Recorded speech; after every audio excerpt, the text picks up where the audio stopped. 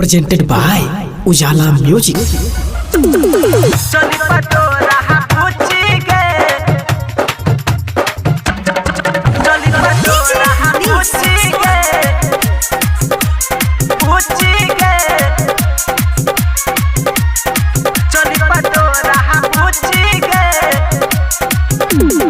Recording by Ujala Music present Raghopur Sakri.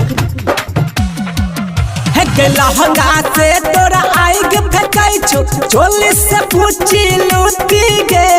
लहंगा से तोरा आइग फेंकाई छो चोली से पूछी लूटी गे अपन फायर अही रही रही रही रही रही अपन फायर बिगड़ चलेबो चोली पतो रहा पूछी गे अपन फायर बिगड़ चलेबो चोली पतो रहा पूछी गे अपन फायर बिगड़ चले बो चली पतो रहा पूछी गे पूछी गे पूछी गे चली पतो रहा पूछी गे मारे जखन तू छौरी गे कनकी छौरा सब के है उठै छै सनकी उठै छै सनकी उठै छै सनकी मारे छौरी तू जखन गे कनकी छौरा सब के है उठै छै सनकी तोहर फैशन देखी के गोरकी लगे छै भजे ते छूटी गे तोहर फैशन देखी के गोरकी लगे छै भजे ते छूटी गे अपन फायर अही रही रही रही रही रही अपन फायर बिगड़ चलेबो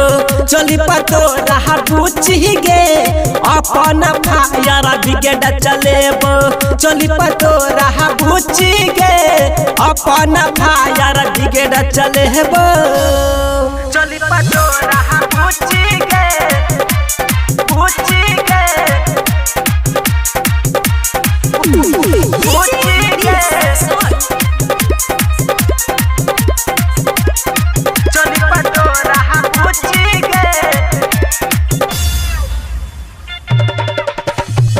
एना देखा नहीं तू चोली के चीज गे नेता पकाईर के देबौ हम खींच के देबौ हम खींच के देबौ हम खींच के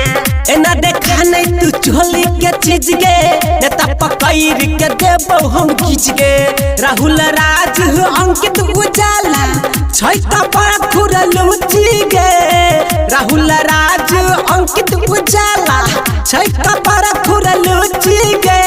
अपन फायर अही रही रही रही रही रे अपन फायर बिगड़ चलेबो चली पतो रहा पूछी गे